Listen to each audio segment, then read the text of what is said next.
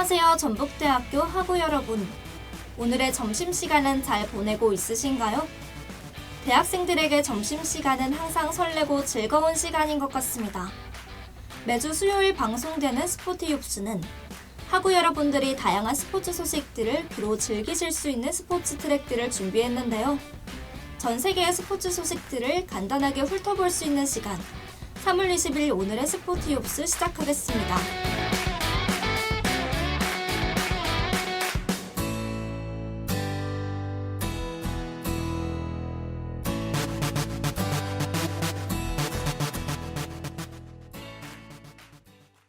학우 여러분들은 새학기 잘 적응하고 계신가요? 새내기분들은 새로운 친구들을 많이 사귀셨나 궁금해집니다. 또 재학생분들은 방학이 그립지는 않으신가요? 저는 아직 방학 동안의 시차에서 벗어나지 못한 것 같습니다. 아침 수업이 있을 때면 비몽사몽인 채로 강의를 들으러 가곤 하는데요. 요즘 일교차가 심한 날씨 때문에 더욱 피로감을 느끼지 않나 싶습니다. 이럴 때일수록 학우 여러분 감기 조심하세요. 오늘의 점심방송 스포티윕스에서는 다양한 스포츠 소식들을 모아서 트랙별로 알아볼 텐데요. 점심시간을 즐기시는 학우님들의 귀를 더욱 즐겁게 해드릴 수 있도록 오늘 흥미로운 소식들을 많이 준비했는데요. 궁금하지 않으신가요? 저도 학우님들께 다양하고 흥미로운 스포츠 소식들을 소개해드릴 생각에 벌써 신나는데요. 첫 번째 트랙은 바로 류현진 선수입니다.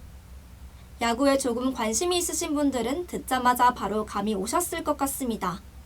그럼 노래 한 곡 듣고 첫 번째 트랙 알아보러 가보실까요? 네, 노래 듣고 왔습니다. 오늘의 첫 번째 트랙은 류현진 선수입니다. 아마도 류현진 선수를 모르시는 학우분들은 없을 것 같은데요. 코리안 몬스터라는 이명을 가지고 있는 류현진 선수는 2006년 2차 드래프트 전체 2순위로 한화에 입단하며 커리어를 시작했습니다. 이후 갓 데뷔한 신인이 리그 MVP, 신인왕, 골든글러브를 수상하며 엄청난 임팩트를 보여주었는데요.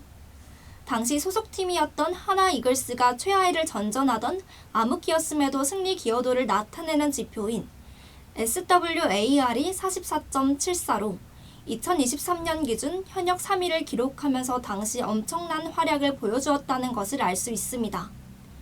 한화에서 맹활약한 후 2013년 메이저리그의 LA 다저스로 이적하여 선수 생활을 이어나갔는데요.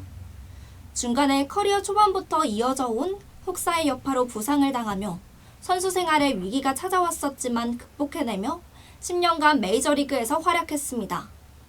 2023년을 끝으로 소속팀이었던 토론토 블루제이스와의 계약이 끝나며 자유계약 신분이었던 류현진 선수의 거취에 많은 관심이 주목되었는데요. 끝내 류현진 선수의 선택은 하나 이글스로의 복귀였습니다. 계약 규모는 8년 170억 원으로 KBO 리그 역사상 최고 규모의 계약을 맺으며 화려하게 복귀하였는데요. 당시 한화 팬인 저는 류현진 선수의 한화 복귀가 근접했다는 기사를 보고 이게 꿈인가 하며 놀랐던 기억이 있습니다. 여전히 메이저리그에서도 통하는 위력 있는 투구를 보여주었던 류현진 선수인데요. 정규리그 개막전 시범 경기에서도 등판한 모든 경기에서 승리하며 여전한 모습을 보여주었습니다. 이번 시즌 한화, 기대해봐도 되는 걸까요?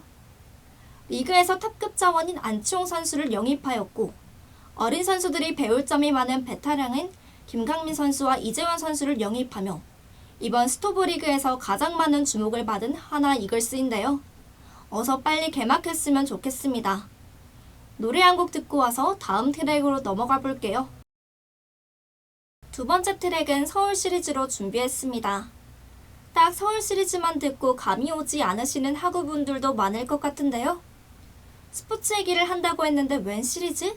같은 생각을 하시는 학우분들이 있을 수도 있을 것 같습니다. 먼저 이 서울 시리즈의 전체 명칭을 말해드리면 MLB 월드투어 서울 시리즈입니다. 메이저리그 경기가 한국에서 열린다고 생각하시면 쉬울 것 같은데요. 고척 스카이돔에서 열리는 메이저리그의 정규 시즌, LA 다저스와 샌디에이고 파드리스의 개막 시리즈는 2연전 경기가 진행된다고 합니다. 메이저리그 베이스볼 사무국에서 주관하는 MLB 월드투어로 대한민국에서 사상 처음으로 열리는 메이저리그 정규 시즌 경기인데요. 서울에서만 개최되는 것은 아닙니다. 개최지로는 2024년 도미니카 공화국과 영국, 멕시코, 한국으로 구성된 MLB 월드 투어 장소 중 개막전 장소로 선정되었는데요. LA 다저스와 샌디에이고 파드리스의 2연전 외에도 5일에 걸쳐 LA 다저스와 샌디에이고 파드리스 각각 두 팀이 LG 트윈스, 키움 히어로즈와 대한민국 야구 국가팀을 상대하는데요. 메이저리그에서만 보던 선수들이 한국에서 경기한다는 사실이 야구 팬들을 기쁘게 할 것 같습니다. 이번에 한국을 방문하는 LA 다저스와 샌디에이고 파드리스에 어떤 선수들이 있는지 궁금해 하실 수도 있을 것 같은데요. LA 다저스에는 오타니 쇼헤이 선수가 있습니다. 이번에 LA 다저스와 7억 달러 계약을 맺으며 엄청나게 화제가 되었는데요. 이는 하나로 약 9,240억 원으로 전 세계 스포츠 사상 총액 기준 역대 최고의 계약을 경신하였습니다. 혹시 저한테 아이스크림 하나 사주실 생각 없으신가요? 샌디에이고 파드리스는 키움 히어로즈에서 활약을 했었던 김하성 선수가 소속되어 있는 팀인데요. 2023 시즌 유틸리티 부문에서 골든글러브를 받으며 주가를 올리고 있는 김하성 선수입니다. LA 다저스와 샌디에이고 파드리스의 2연전이 재밌는 경기가 될 수 있도록 두 팀 모두 응원하겠습니다. 세 번째 트랙은 전북 현대입니다. 전주를 연고지로 하고 있는 팀인 만큼 모르시는 학우분들이 적을 거라고 생각되는데요. 전북 현대의 팬분들이 계신다면 요즘 전북 현대의 성적에 한숨이 나오실 것 같습니다. 전북은 이번 겨울 이적 시장에서 많은 선수들을 영입하며 K리그 우승에 대한 의지를 이어나갔는데요. 지난 시즌에 한 개의 트로피도 따내지 못하며 체면을 구긴 전북 현대입니다. 그렇기에 더욱 팀 부강에 신경을 많이 썼을 것으로 예상이 되었는데요. 많은 기대를 안고 시작한 시즌은 현재까지 최악의 결과를 가져오고 있습니다. 먼저 지난 12일 울산 현대와의 아시안 챔피언스 리그 8강전에서 패배하며 탈락하였는데요. 이어서 17일 승격팀인 김천 상무와의 K리그 3라운드 경기에서도 1대0으로 패배하였습니다. 앞선 두 라운드에서는 무승부만을 거두었기에 지금까지 치른 리그 3경기에서 2무 1패로 승점 2점, 순위는 11등으로 내려앉았는데요. 김천 상무와의 경기에서는 90분 동안 유효 슈팅 1개로 답답한 경기력을 보여주었습니다. 공식전에서는 6경기 3무 2패를 기록하며 승리가 없었는데요. 이러한 모습은 K리그 9회 우승으로 최다 우승팀 타이틀을 가지고 있는 팀답지 않은 성적인데요. 이러한 침체된 분위기를 어떻게 반등시킬 수 있을지 지켜봐야겠습니다. 반등을 노리는 전북현대의 다음 경기는 오는 30일 울산현대와의 경기가 예정되어 있는데요. 어떠한 결과가 나올지 궁금합니다. 노래 한 곡 듣고 올게요.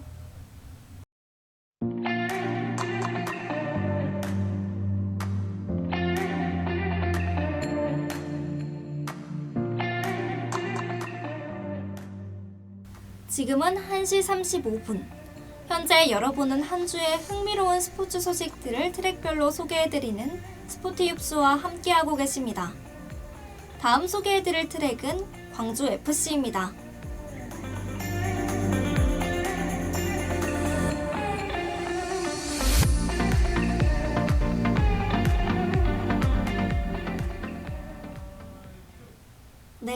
네 번째 트랙은 광주 FC입니다. 전북 현대에 이어서 국내 축구 이야기인데요. K리그에 입문하고 싶은데 전술과 팀의 조직력이 뛰어난 팀을 원한다 싶으신 학우분들께 추천해드리는 팀입니다.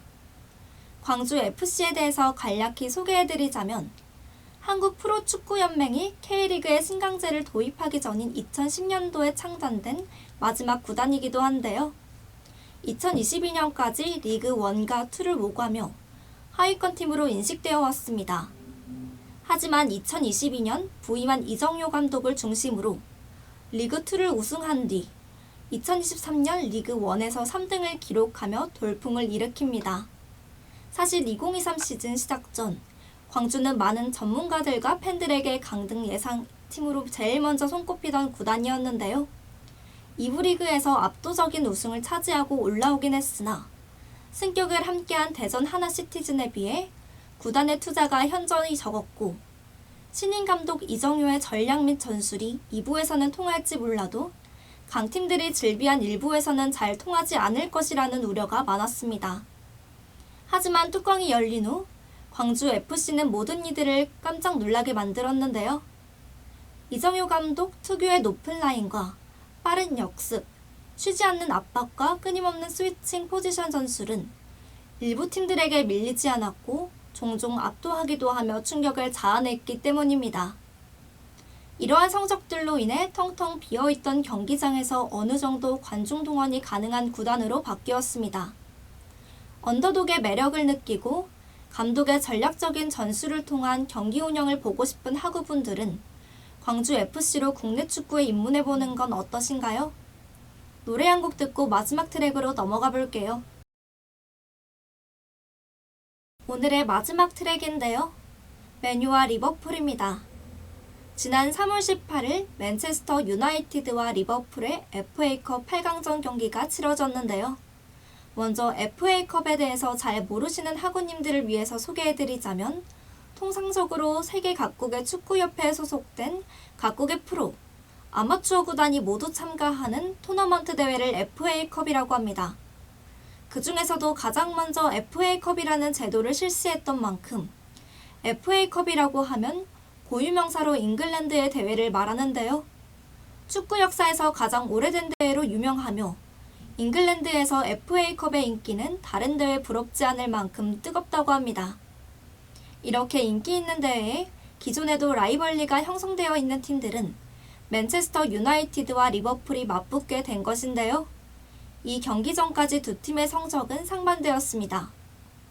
먼저 맨유는 6위권에 머물며 4위를 도전하는 입장이었고 그에 반해 리버풀은 맨시티, 아스날과 함께 리그 우승 경쟁을 하고 있던 팀이었습니다. 그러나 이번 경기에서는 맨유가 웃었는데요.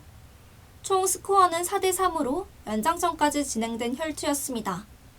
저도 실시간으로 보고 있었는데요. 12시 30분에 시작한 경기가 3시가 넘어서 끝나서 엄청나게 피곤했던 기억이 있습니다.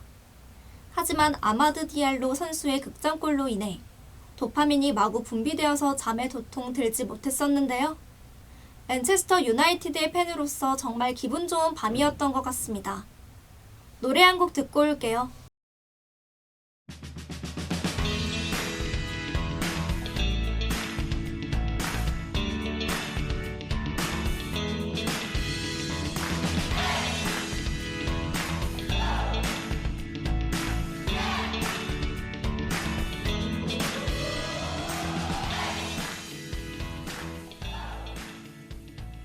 한 주의 흥미로운 스포츠 소식들을 모아 소개해드리는 시간, 오늘의 스포티옵스는 여기까지입니다.